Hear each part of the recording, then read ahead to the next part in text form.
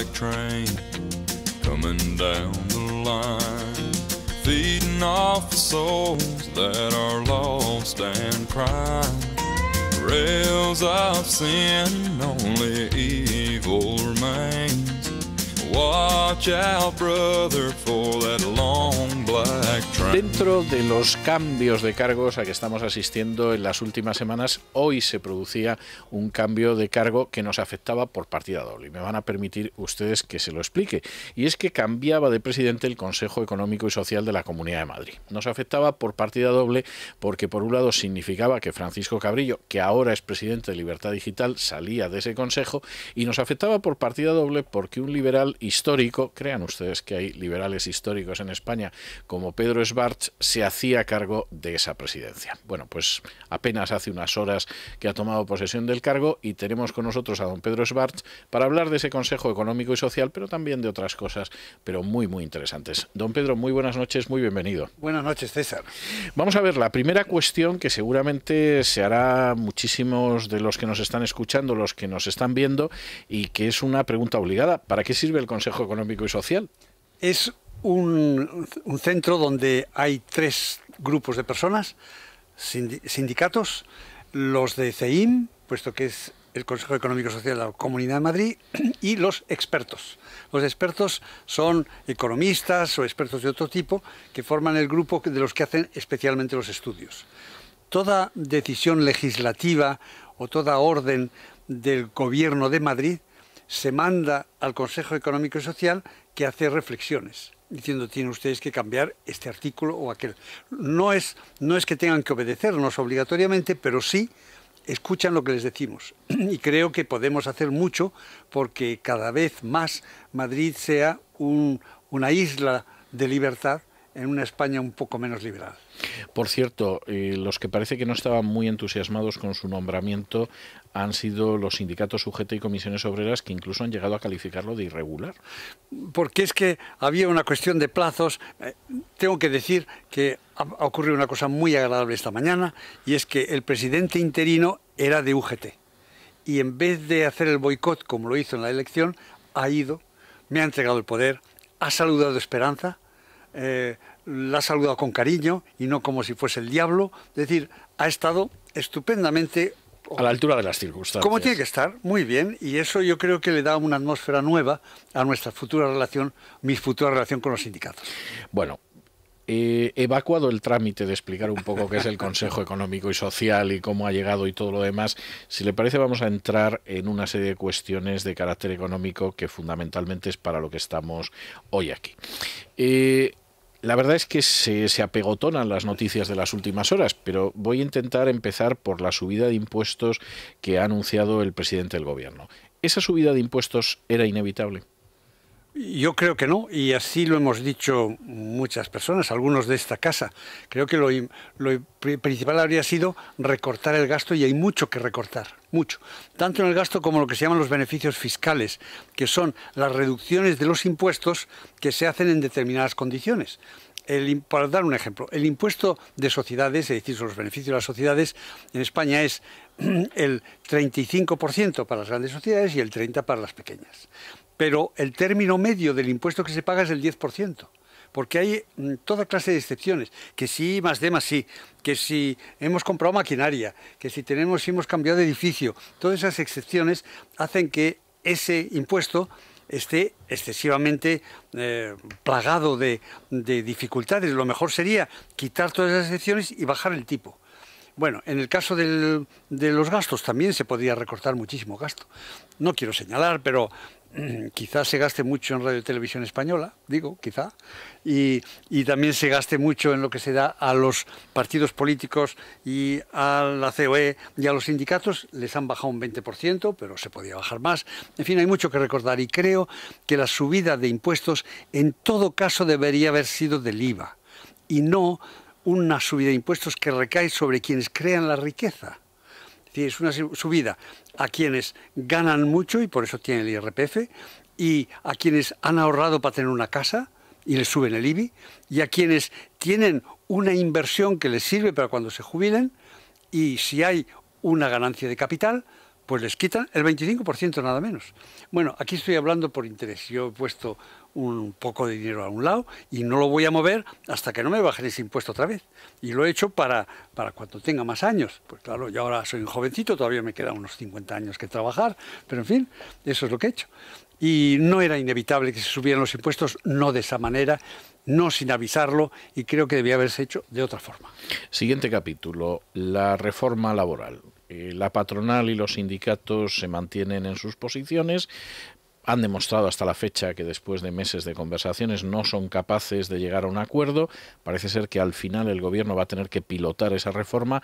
¿Cómo tendría que estar diseñada esa reforma para que efectivamente se enfrentara con situaciones como es, por ejemplo, la tasa de desempleo que tenemos? Cuando en un mercado no se vende el pescado que hay. Es decir, si yo voy por la mañana a la plaza, por la tarde a la plaza y veo que todavía está ahí la merluza y están los calamares y están tal, y son las 6 de la tarde, algo ha pasado mal. Es decir, no han bajado el precio o la gente no va a comprarlo. Cuando un mercado no se vacía, no funciona. Un mercado como el laboral, que tiene más de 5 millones de personas paradas, es que algo funciona mal. Eso no me lo puede negar nadie, ¿no? Que funciona mal. Entonces, ¿qué cosa es la que habría que cambiar? Pues muchas, sin duda. Hay demasiados tipos de contratos.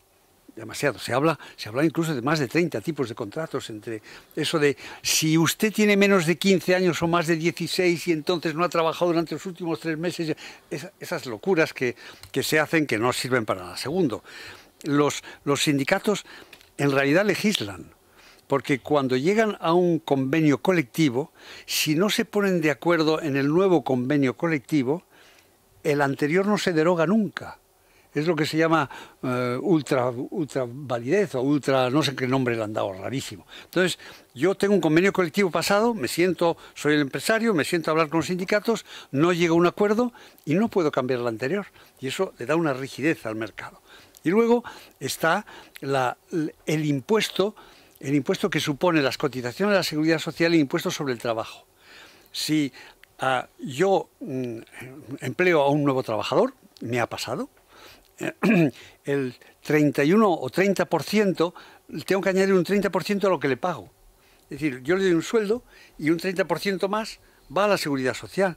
Eso, naturalmente, me echa para atrás de alquilar sus servicios, ¿no? Entonces, un impuesto sobre el trabajo como es de la Seguridad Social, habría que mirar si no se podría, primero, sacar del ahorro y segundo, hacerlos con los impuestos generales. Yo podría seguir durante mucho tiempo. Yo espero que el gobierno se atreva a hacer una reforma de la que pide la realidad y todo el mundo lo entendería. No se trata de que sea fácil echar a más gente al paro, sino de cómo conseguir que la gente que está en el paro sea más fácil contratarla y más barato contratarla. Yo tengo la esperanza de que el gobierno, bueno, que está en una situación muy difícil y quizá haya metido la pata en alguna cosa, yo creo que al final harán una reforma que sea mejor que las anteriores. Bien, siguiente cuestión, y esta es de hace apenas unas horas. El gobierno ha anunciado que va a rescatar a comunidades autónomas que lo han hecho mal. Lo han hecho mal, puesto que han llegado a la situación en la que estamos.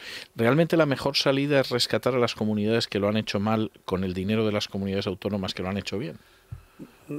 Ocurre que tenemos una Constitución que ha creado una España de las autonomías y el gobierno de la nación, el gobierno central, tiene límites a lo que puede hacer con el presupuesto y los gastos de las distintas autonomías. No puede entrar a decirle a los catalanes o a los valencianos o a los gallegos, mire usted, no gasten esto y gasten aquello, recorte. Hay una autonomía en la España actual y por lo tanto está buscando el gobierno la manera de decir, si yo le tengo que ayudar con el Instituto de Crédito Oficial o le tengo que ayudar con nuestros impuestos, los ingresos que yo tenga, entonces yo le voy a decir a usted que le voy a mirar los gastos y le voy a decir que tiene un techo al gasto. Es decir, el gobierno está intentando dar la vuelta a lo que es una gran autonomía que cuando han abusado, pues entonces creo que podrá decirles por ese camino no tienen que seguir. Claro, lo ideal no es que las autonomías que van bien paguen por las que van mal, eso ciertamente no es así, pero no es bueno. Pero sí creo que las autonomías, incluso la catalana, al final dirá, pues si hemos gastado mal, es verdad que tenemos que ponernos de acuerdo en un techo. Igual que pasa con España en Europa. Si España ha gastado mal, pues entonces hemos hecho una reforma constitucional para ponerle un techo al déficit. Bueno, me parece una solución indirecta en una España donde la autonomía es muy fuerte. Por cierto, ya que estamos hablando de Europa, si efectivamente Portugal se desploma, y hay indicios de que Portugal se puede desplomar más pronto que tarde, ¿en qué medida va a afectar eso a España? Tenemos los bancos y las empresas españolas tienen inversiones en Portugal de cierta importancia, pero sobre todo lo que ocurrirá es que si en otro país ocurre lo de Grecia, entonces los financieros, las personas, las que invierten en compañías del euro, que invierten en la deuda pública de Europa, las grandes compañías de seguros, las grandes fondos de pensiones, empezarán a dudar de meterse en otro país más europeo, puesto que ya hay dos que están mal. Lo asombroso que ha ocurrido es que un país tan pequeño como Grecia, dentro de lo que es la Unión Europea, que es el 2 o 2,5% del PIB de toda la Unión Europea, haya conseguido o haya tenido la consecuencia su mala administración para toda la Unión. Eso quiere decir, otra vez, como ocurre con el paro, decía yo antes, si el mercado funciona mal, hay que corregirlo, y algo pasa en el euro que hace que el fallo de un pequeño mercado nos afecta a todos. Los otros estábamos en mala situación porque habíamos gastado demasiado, pero España no es Grecia, y sin embargo lo que ocurre en Grecia y quizá ocurra en Portugal nos afecta. Entonces yo creo que habría que ver la manera de que un país que no ha funcionado bien, que no es que tenga dificultades de liquidez, tiene dificultades de solvencia, ese país se le permita salir del euro durante un tiempo, devaluar, corregir y quizá volver. Pero, ¿y podría devaluar con una deuda que ha contraído en euros?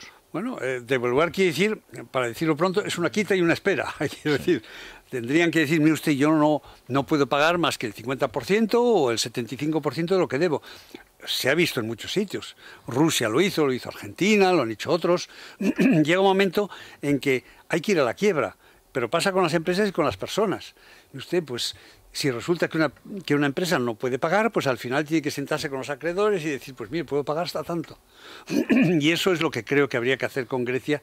Si a Grecia se la aislara, es posible que pensaran que otros países fueran a hacer lo mismo, pero acompañar el aislamiento de Grecia, la quita y espera de Grecia, con una mejora de la situación financiera de los otros países, a lo mejor podría sacar el euro de donde está.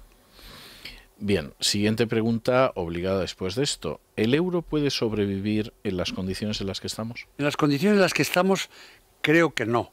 Hay que hacer una reforma que no solo consista en tener lo que dijo Cameron, un Big Bazooka, que es un fondo grandísimo de dinero para que cuando vengan los especuladores nosotros tengamos más y podamos resistir. El dinero de los especuladores es casi infinito. Entre otras cosas, supongo que pedirán prestado al Big Bazooka para darles a ellos. Entonces, no basta con eso, no basta con decir, tengo un fondo grandísimo y voy a poder mantener el euro a pesar de todos los ataques especuladores que hay. Bueno, el euro está bajando de valor de manera muy notable, sí, incluso respecto del dólar, y yo creo que tienen que hacer una reforma que no solo consista en eso, tiene que ser una reforma que consista en apartar algún país que no va bien, ponerlo un momento en la nevera, y el resto verdaderamente hacer las reformas que tiene que hacer a fondo, y son reformas de gasto. El Estado en Europa es demasiado grande. Estamos hablando en España, que no es de los más grandes, de un 43% así respecto del PIB, pero los hay del 50, del 60. Esos son unas cifras. El Estado es la empresa más grande que hay y además sabemos cómo funciona. En una economía, el que haya una empresa que tenga el 50% del mercado, ¿qué diría un tribunal de defensa de la competencia? Sí. Oiga, usted está abusando de una posición de dominio. Pues eso, el Estado está abusando de una posición de dominio. Creo que Europa tiene que revisar y recomponer cómo gasta y cómo gasta en el estado de bienestar. Eso no hay más remedio que revisarlo. ¿El estado del bienestar está muerto? No está muerto, se puede salvar una parte. Tenemos el ejemplo de Suecia, donde han realizado unas reformas muy notables que les han salido bien. Una de las cosas, por ejemplo, que hay en Suecia hoy es que tanto para la salud como para la enseñanza hay bonos. Es decir, no es que... Una vieja reivindicación liberal. Una vieja reivindicación liberal de Milton Friedman, de decir, mire usted, es el demandante el que tiene que llevar el dinero suyo y el que le da el Estado a comprar aquello que le parezca mejor. Y eso además es un incentivo para los colegios, las escuelas, los hospitales, muy notable. Y eso es lo que ocurre en Suecia, el modelo socialdemócrata, que ya no está el modelo socialdemócrata. Y hay otras muchas soluciones. Pero la idea de que el estado de bienestar es gratuito, que nunca lo es porque lo pagamos con los impuestos, que la sanidad tiene que ser gratuita para quien venga, que tiene que estar subvencionada la educación, pero no solo la educación así corriente, sino la universitaria, que las pensiones también tienen que ser todas subvencionadas. Eso ya no funciona. Bueno, la educación es otro mercado de los de que el pescado se queda sin vender, porque resulta que en España tenemos una educación financiada y, sin embargo, aproximadamente se habla de un 22% de personas, de jóvenes, que no acaban los estudios con un diploma. Eso es un mercado que no va bien, eso funciona mal. Y lo mismo ocurre... Si hablamos de los licenciados sin trabajo, ya no... Y los licenciados sin trabajo, sí. Es decir, nos encontramos con que hemos ido construyendo poco a poco una cosa que llamamos el estado de bienestar, sin saber muy bien a dónde íbamos, añadiendo privilegios, financiándolo un poco a la pata a la llana, de donde viniese, y ahora de repente este 50% de la economía pues parece que no funciona. Entonces, creo que todos nosotros debemos hablar claramente al público y los políticos los primeros, y decir, miren ustedes, tenemos que hacer alguna reforma, no saben muy bien cómo ni cuáles, discutamos, hablemos para ver cuál hay que hacer, porque así no podemos seguir. Pues don Pedro, si usted no tiene inconveniente, yo le voy a pasar los trastos de interrogar a mis compañeros de mesa para que le formulen alguna pregunta. Bueno. Don Uriel Macías. Buenas noches, don Pedro.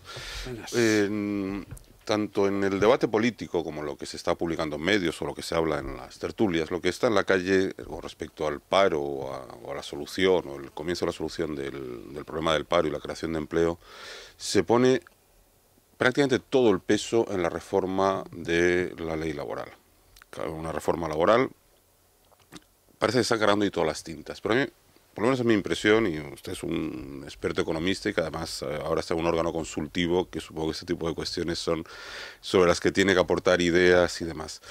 A mí me da la impresión de que eso no es suficiente en la España de hoy. Es decir, la ley laboral parece una condición necesaria, pero me da la impresión de que no es una condición suficiente para empezar a crear empleo, o incluso a mí me da la impresión para frenar la destrucción de empleo en los próximos 12 meses, digamos, ¿no? ¿Qué otras medidas o qué otros cambios serían necesarios para ver realmente un punto de inflexión en la creación de empleo? Cuando hablamos de la situación laboral en España, creo que hay una cuestión que sobresale, y es la del mal funcionamiento de los sindicatos. Son personas que están ahí para dedicarse al bienestar de los trabajadores, a los que dicen defender, pero al final se ha montado un sistema tal que parecen estar defendiéndose a sí mismos, en vez de defender... ¿Solo parecen? Bueno, hay que ser... Bueno, después de todo, yo estoy en un nuevo órgano donde tengo que hablar con los sindicatos. No digo nada, ¿no? Sí. Y también parece, siendo más benévolo, que defienden a los empleados y que no defienden a todo ese inmenso grupo de parados que son los que verdaderamente deberían ser el objeto de sus desvelos. Entonces, la ley sindical y las leyes que dificultan los convenios colectivos, eso creo que lo va a cambiar el gobierno y hay que cambiarlo. No puede seguir una empresa a la expensa de qué hace el convenio provincial o el convenio nacional.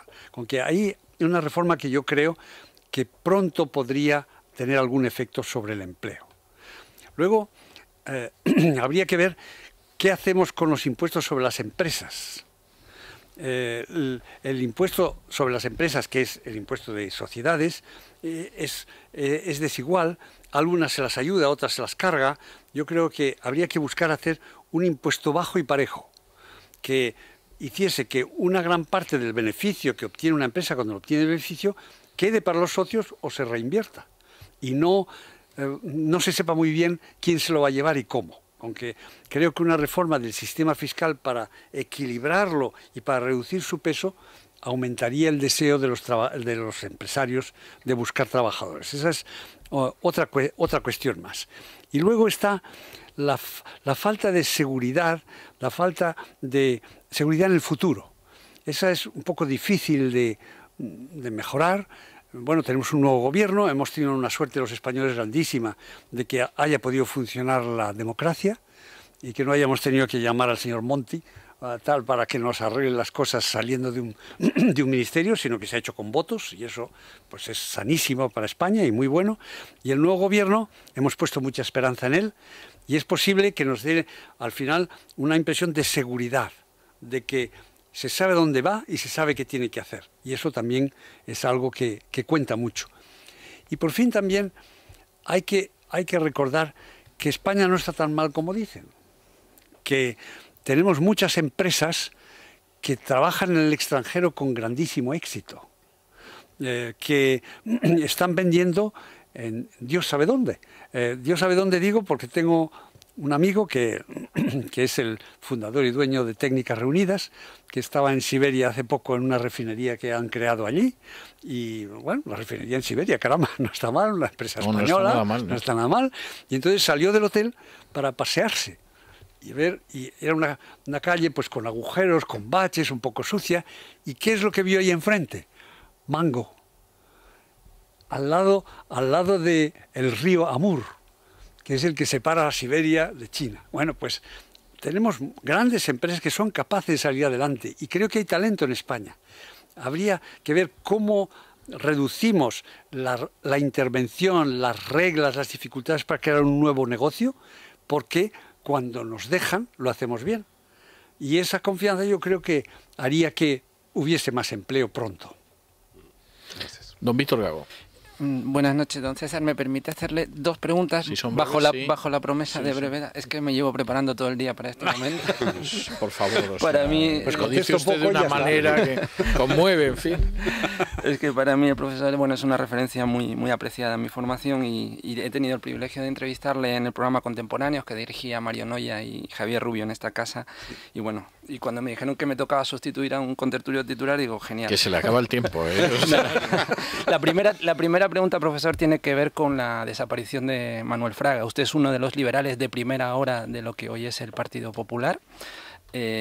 Cuando Aznar decía ayer que no sería él sin Manuel Fraga, yo creo que debería haber reconocido algo que a lo mejor nunca reconocerá, y es que el Partido Popular no sería el Partido Popular, por lo menos el que conocemos, el de la historia de éxito de España en los años 90, sin esos liberales pocos, pero muy influyentes, como usted, como Rafael Termes, como Antonio Fontán, que fueron los liberales de primera hora del Partido Popular. ¿Usted reconoce al Partido Popular de hoy? Sí, bueno, reconozco el Partido Popular, sobre todo el de Aznar, pero el de hoy también.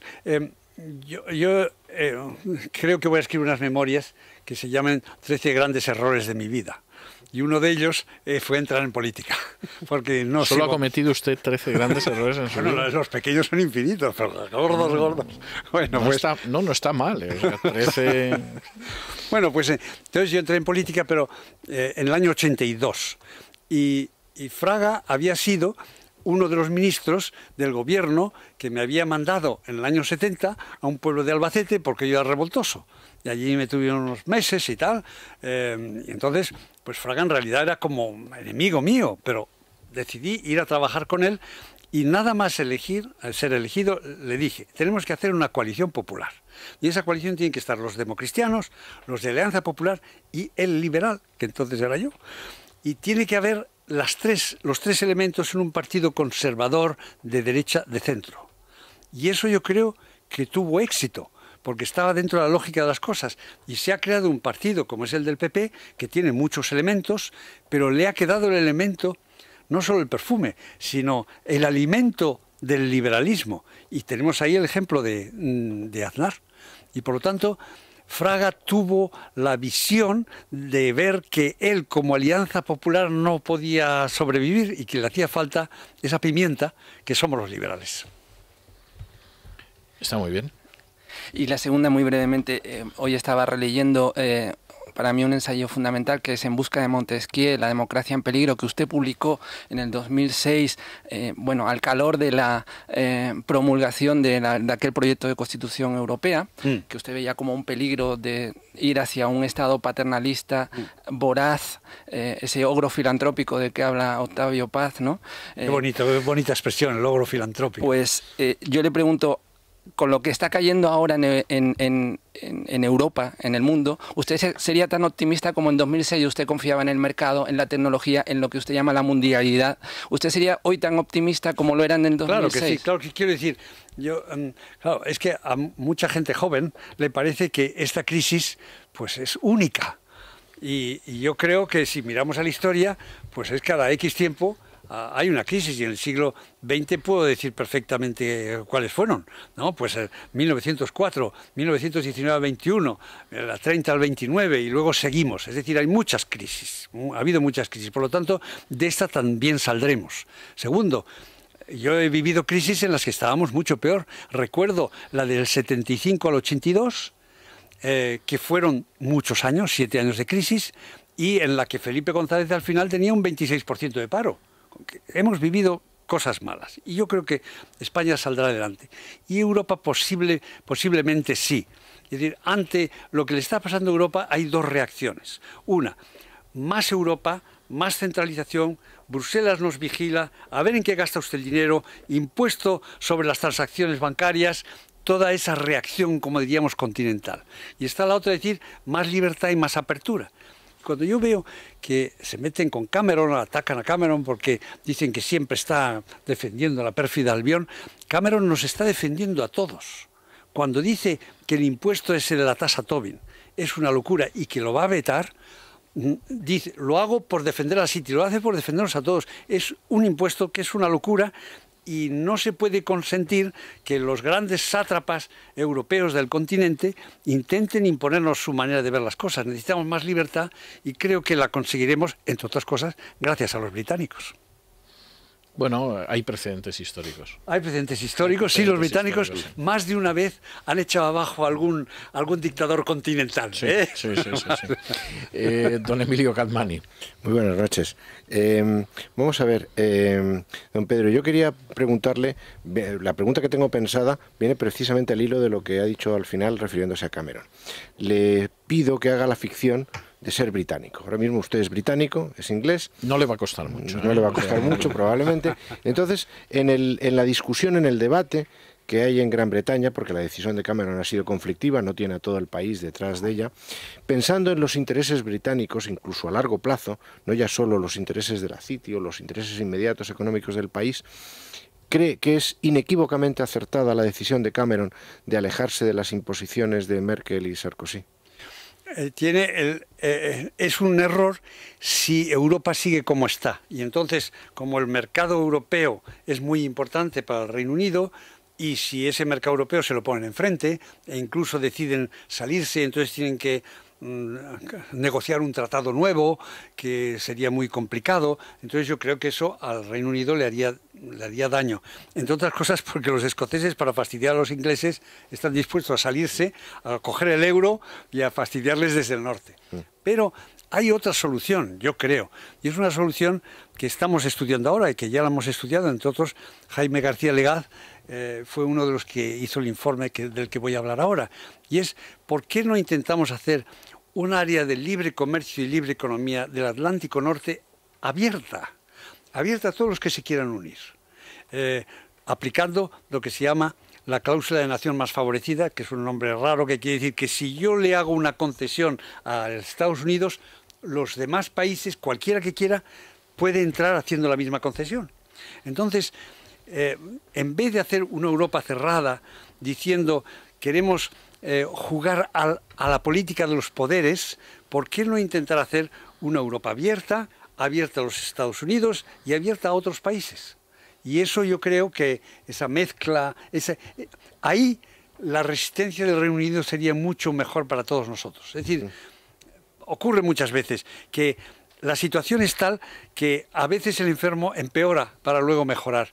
Y yo creo que no podemos seguir con la construcción de una Europa centralizada de un Estado europeo. Creo que habría que pensar más bien lo que nos conviene, que es un Estado de las libertades o una alianza de las libertades con Estados Unidos, con Canadá y otros países que libremente quisieran unirse. Es decir, que por ejemplo, por citar precedentes históricos, más que el Imperio Carolingio tendríamos que pensar en la Liga Hanseática, por ejemplo. La Liga Hanseática estaría muy bien, o también, sí.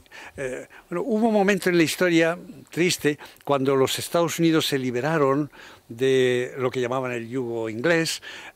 Entonces ofrecieron a Inglaterra un mercado común y fueron los ingleses los que dijeron que no. Esto en el año 83-85.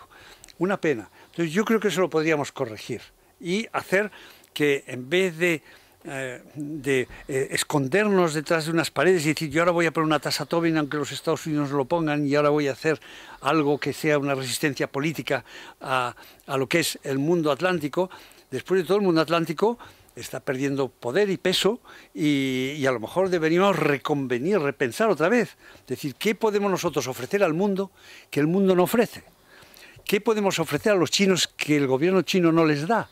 No es solo la prosperidad, es la libertad, es la democracia. Es decir, tenemos el Atlántico Norte, por así decirlo, y eso incluye también Brasil, incluye también Colombia y espero Sudáfrica y otros sitios. Ese conjunto de naciones democráticas debería poder ofrecer a la humanidad algo más que decir yo les voy a hacer a ustedes ricos porque invierto mucho como en China, ¿no? Yo quiero abrir el mundo y creo que así lo que hace Cameron creo que sería muy positivo para todos nosotros. Pues, don Pedro, muchísimas gracias por estos minutos que ha estado con nosotros. Nuestras más sinceras felicitaciones por esa presidencia del Consejo Económico Social que estrena. Y usted sabe, porque ha estado alguna otra vez en el programa, que yo tengo la costumbre siempre de que aquellas personas que tienen la gentileza, como es su caso, de venir aquí a someterse a la batería de preguntas y más con esa amabilidad, les regalo uno de mis libros, siempre haciendo la salvedad de que no están obligados a leerlo. Pero otra cosa, ¿cómo escribes tanto? Bueno, porque yo me dedico a escribir, fundamentalmente. Por las tardes me vengo a entretener aquí, pero fundamentalmente yo a lo que me dedico es a escribir. La gente no lo cree. A mí un artículo de esos de folio y medio, pues me cuesta 5 horas. Sí, pero usted aguanta los sindicatos y yo no podría soportarlos en una reunión. O sea, quiero decir, el Altísimo no ha llamado a todo el mundo a lo mismo. Yo esta tarde, y mi subdirectora de programa es testigo de ello y se lo puede decir, estaba escribiendo al mismo tiempo el editorial de las 8 y la columna de La Razón, al mismo tiempo. ¿Con una mano y con otra? ¿La izquierda y la derecha? Con una pantalla dividida, y iba saltando de un artículo al editorial, y además ella, que ha sido testigo, puede corroborar lo que estoy diciendo. La teoría del valor trabajo de los comunistas no se te aplica. No, jamás. No. Es decir, no hay derecho, porque yo pongo mucho más valor trabajo y no. No, yo soy de la ética protestante del trabajo, nunca lo he ocultado. En fin, he escogido para usted La Ciudad del Azar porque es la historia de cómo se puede quebrar un imperio cuando se administra mal económicamente. Es decir, cuando a veces se despilfarra y uno se dedica a derrochar, pues ni siquiera los grandes imperios aguantan el derroche por lo menos mucho tiempo. Pero en cualquiera de los casos, muchísimas gracias por haber estado con nosotros, por estos momentos tan agradables, y estoy seguro de que Dios mediante nos volveremos a ver en el futuro. Seguro que sí. ¿Y puedo coger el libro? Sí, por supuesto. ¿Este es para mí? Sí, se lo voy a dedicar además ahora en la pausa publicitaria, que regresamos enseguida. Es la noche de César, con César Vidal.